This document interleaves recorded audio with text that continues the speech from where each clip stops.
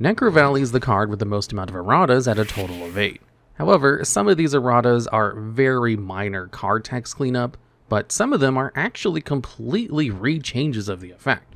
The very first version had the effect, which made it so that any card effect that involves the graveyard is negated, in addition to cards cannot be banished from the graveyard, and it increases the attack and defense of all Gravekeeper monsters by 500 points. Now, since the wording on how it negates cards in the graveyard is a ruling's nightmare, they tried to update this in its second errata, where it negated the effects of cards that affect a card or cards in the graveyard, which again didn't really clarify much. So in its fourth errata, they tried again, this time making it so that it negated card effects which target cards in the graveyard, which finally closed up the ruling nightmares.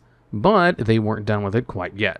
In the fifth errata, they decided to undo their progress and change it so that cards in either player's graveyards cannot be affected by card effects except for their own effects.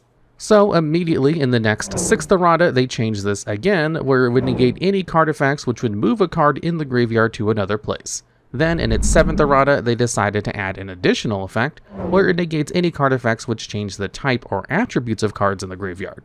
And finally, with the eighth errata, they just changed the words graveyard to GY.